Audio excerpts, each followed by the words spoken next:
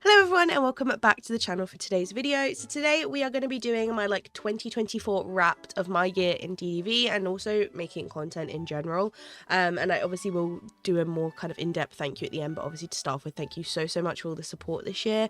It's been so fun going through all my kind of goals of this year, and I won't be putting too much of that in this video, but I have hit some insane goals on all my different platforms this year, especially on YouTube. So I've had an incredible year and I cannot wait for next year and to kind of continue on. But I did want to kind of just wrap up everything that I learned this year in DDV, my experience of getting all the new characters, my favorite star pass, my favorite premium shop items, and kind of just give you a summary of what I really loved in this game this year, because as you know, this is my favorite game. It has a very special place in my heart and I cannot wait to see what they bring us in 2025. So in the base game this year, we have unlocked 9 characters in total. We started off the year with Mike and Sully, who we obviously got from a realm. Unfortunately, I don't have a clip of me getting them because I wasn't live streaming at this point. I started live streaming after we got Mike and Sully. So that, unfortunately, I don't have. But that was so fun. I absolutely loved their realm and going in and kind of finding them. I'm not the hugest fan of having them in the valley because they're pretty loud and they get in the way, but I did enjoy getting them at the time. And then after that, we got Daisy, who we got in just the base game, kind of came through a quest line. I was like, oh, I'll go to 20 hours. Oh my god, she's so cute. Look at her little kitten heels. Why is she so cute? The baby. I'll take a picture of her. Loved getting her. I absolutely love having Daisy in the valley. She obviously brought us the boutique, which was something that you either love or you hate, I feel like. But I just think it's quite a cool addition. I do really like using some of the new Touch of Magic stuff that came with her. But I do just love having another one of Mickey and friends in the valley. And as you can see, I really enjoyed unlocking her. Third set of characters we got was Mulan and Mushu from their realm in the Dream Castle. I absolutely loved going to their realm. I think it was designed so beautifully and it was this really big realm that we'd not had in a while, so I really loved exploring that. Okay. Oh, look how cute she is. Here you go, some breakfast. Oh, a little smile. She's so cute. And the next character we got, who is definitely my top character from this year, is Tiana from Princess and the Frog. I absolutely loved getting Tiana. I know she was a long-awaited character for so many of us, but she's definitely topped the list of my favourite character this year. She was so fun to unlock. Oh my god, I wish she'd come out of the book. That would have been a lot more fun, wouldn't it? Oh my god. She's so cute! She's so cute! Look at us! Her little pose! I do wish we had a little bit more of a quest line to get her, but obviously once we did get her, I loved getting her restaurant. I think it's such a nice addition to the valley, and also just questing with her in general, not to mention her friendship rewards were some of the best I think that we've got in the game. Next, in the autumn season, we got Pumba and Timone in our kind of mini update. They obviously came in the Lion King realm that we'd been to before, but it had been tweaked and changed to look slightly different than where we were there beforehand. I enjoyed getting Pumba and Timone. I feel like they came with some really good friendship items. I think that was the highlight for me.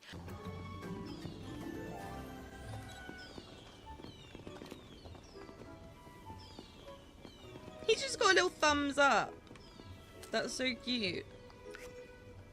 But they're just fun to have in the valley, and they were kind of a nice kind of character addition for a little mini update. Finally, to wrap off this year, we obviously got Sally from Nightmare Before Christmas. We all thought that this probably would be the case when we got Jack in December of last year. It kind of made sense to get Sally this year. She's so cute! Look at her! Oh, stop, she's so cute. Look at her little smile. Wait, I don't look happy. I want to be happy. She's so cute. Wait. I love her. She matches my little Sally. I've absolutely loved having Sally. I think her character design is gorgeous. I just think she's absolutely beautiful, and I again love the friendship rewards that came with her. I do just wish she had come with her own house, but I do understand why they just popped her in the same one as Jack. It kind of just makes sense. But overall, with all the characters this year, my top of the list is definitely Tiana from Princess and the Frog. She is available to anyone in the base game as long as they've quested with Remy and kind of done the starter quests of the game. My second one down would be be Sally. I really love getting her. I am a Nightmare Before Christmas fan, so it just made sense. And then my next down the list after that would have to be Daisy. I think she was such a nice addition. We've been waiting so long to get her, but she's very almost tied with Mulan. I've also really loved getting Mulan. I think they're probably my top ones of the year. Obviously, if you did get the Storybook Vale DLC that came out in December of this year, you also would have got Merida, Hades and Flynn. Obviously, I didn't want to include them in my main list because they're not available to everyone. They are in a purchasable DLC. However, I've loved getting those 3 characters. I think questing with them has been so fun. Obviously, as you know, the Storybook Vale has been a highlight of this year for me with DDV. I think it's such a good DLC. It's definitely the best one they've done out of the 2 they've done so far, and the characters definitely have not disappointed. I've really loved getting them. Now, with unlocking this many characters and getting this many free base game updates, that also means we have been getting a lot of star paths. With every base game update in the game, we get a star path, and I wanted to give you my top 3 of this year. Obviously, there has been quite a few, and there's been some I've liked more than others, but I decided in my 3rd place was the Frost and Fairy star path that is currently going on now. I just love the items that came with this, and also the whole new idea of adding the bonus section with the recolors and the house skin has just been so amazing. Obviously, the questing for that and the kind of getting the tokens has been a bit of a grind, which is definitely not my favorite thing, but the items I feel like for me just make the most sense, and I'm kind of trying to think of it without thinking of the questing and the tasks. I'm more thinking of the items themselves, so that would be number 3 for me. My second would be the Lovely Monsters star path that was at the start of this year. I feel like this was one of the first star paths they did where I genuinely felt like they'd really smashed it, especially the more like Valentine's theme stuff. I use that stuff constantly. I think it's so fun. Obviously, if you're a fan of Monsters Inc., the other side of that star path that was the Monsters theme was really good.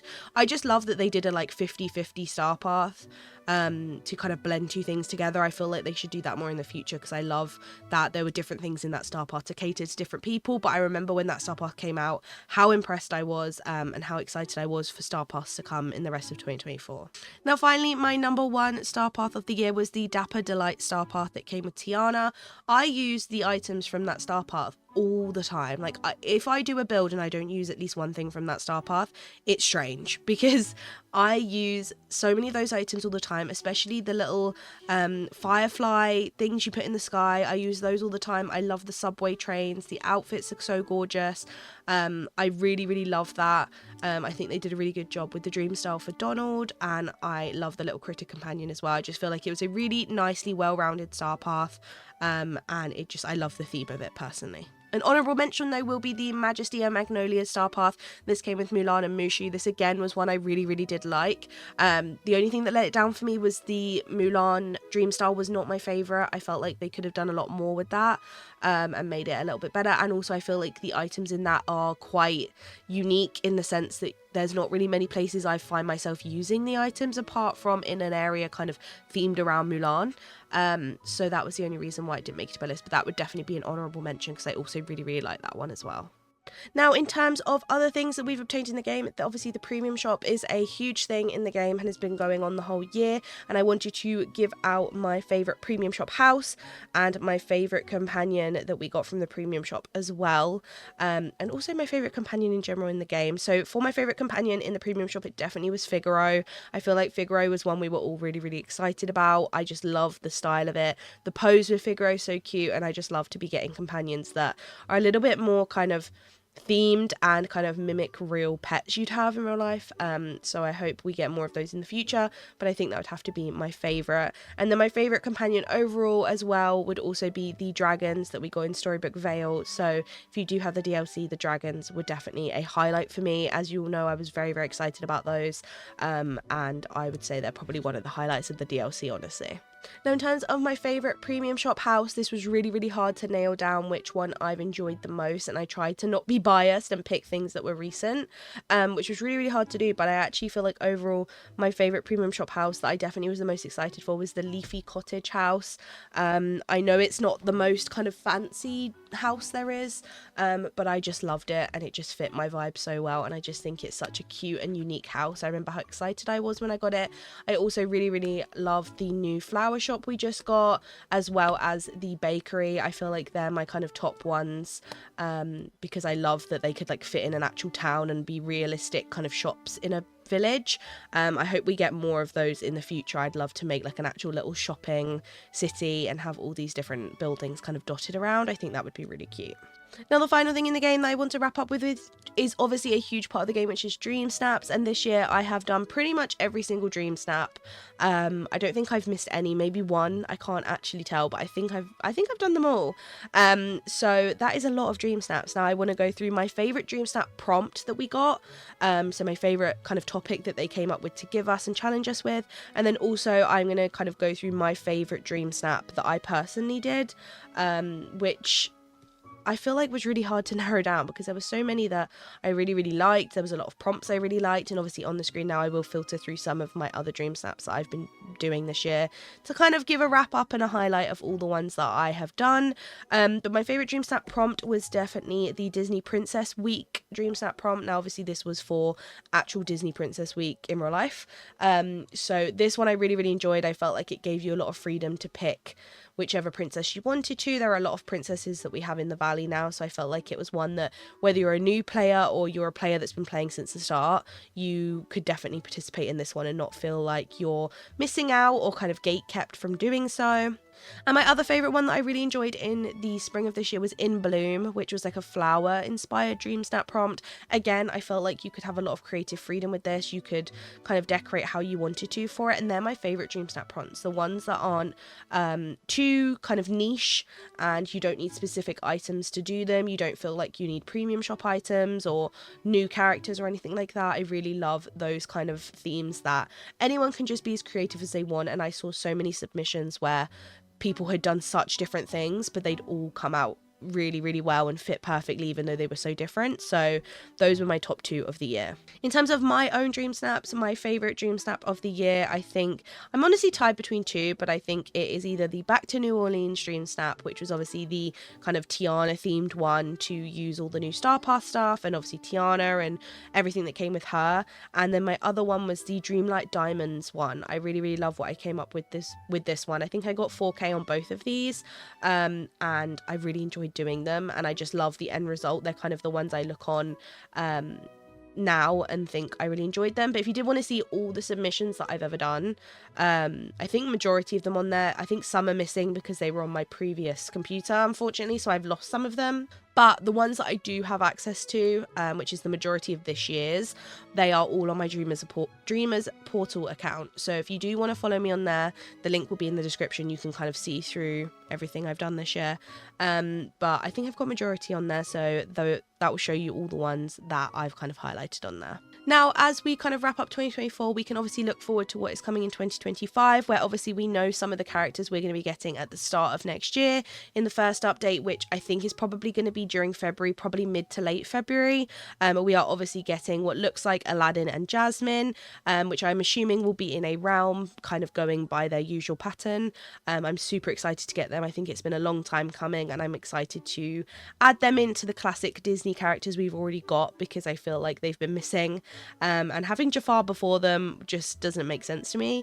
So I'm excited to get them and see what their realm looks like and also what they look like as well. After that, we are getting teased with what looks like Cheshire Cat, and a lot of us think it's going to be Alice as well. I'll be very, very surprised if they bring Cheshire Cat and not Alice, because I think they know Alice is one of the most wanted characters now. So we'll have to see, but we can hold out hope that they are both coming. And then in the update after that, we have got the kind of continuation of the story of Skull Rock, which they have taken way too long to do. So I'm glad that they finally are getting around to this, and I'm hoping we get some sort of continuation with that as well, with what looks like is going to be Peter Pan coming by the Feather in the Sand, but we'll have to see if it is him.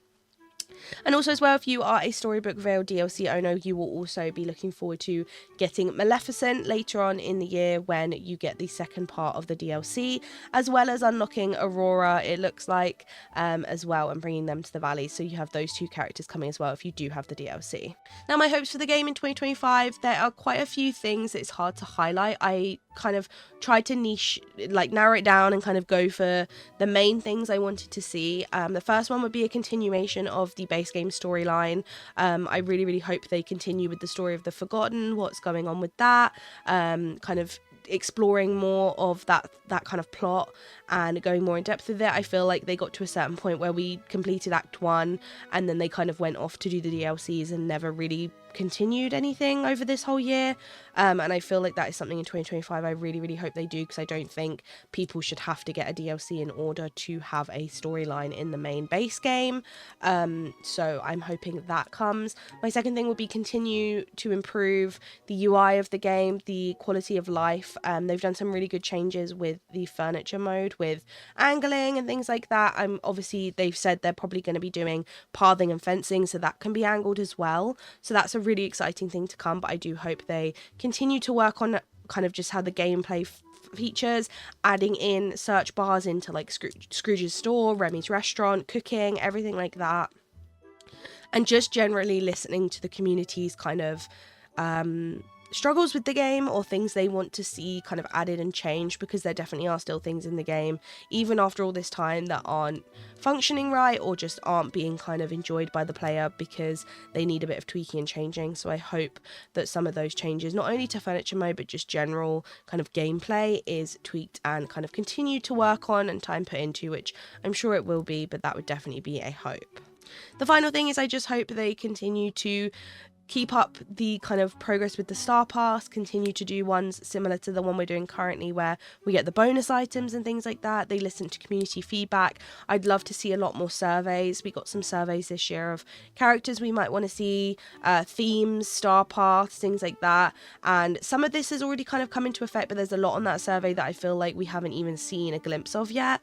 So I am hoping that that is kind of their surveys that are going to mold 2025. So I'm excited to hopefully see some of the community's interest and feedback brought into the game itself. Now overall, I have to say thank you so much for all the support on the channel and for your love of the game. As you all know, this game means a lot to me, and I was playing it a lot anyway before I made content, and then one day I just decided to take the plunge and start making content, and the support ever since then has been honestly wild to me.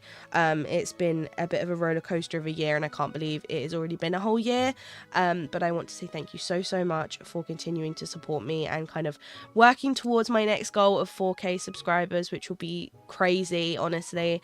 But thank you all so much for your support. You honestly help me out so much, and continue to love the game as I do, and I'm so excited for 2025 and to see what comes next in the game, what comes next on the channel, other cozy games, and obviously exploring all of that stuff with you guys. But I hope you all have a wonderful New Year's and you are excited for 2025, whatever that may hold for you, and I will see you all in the next one. Bye.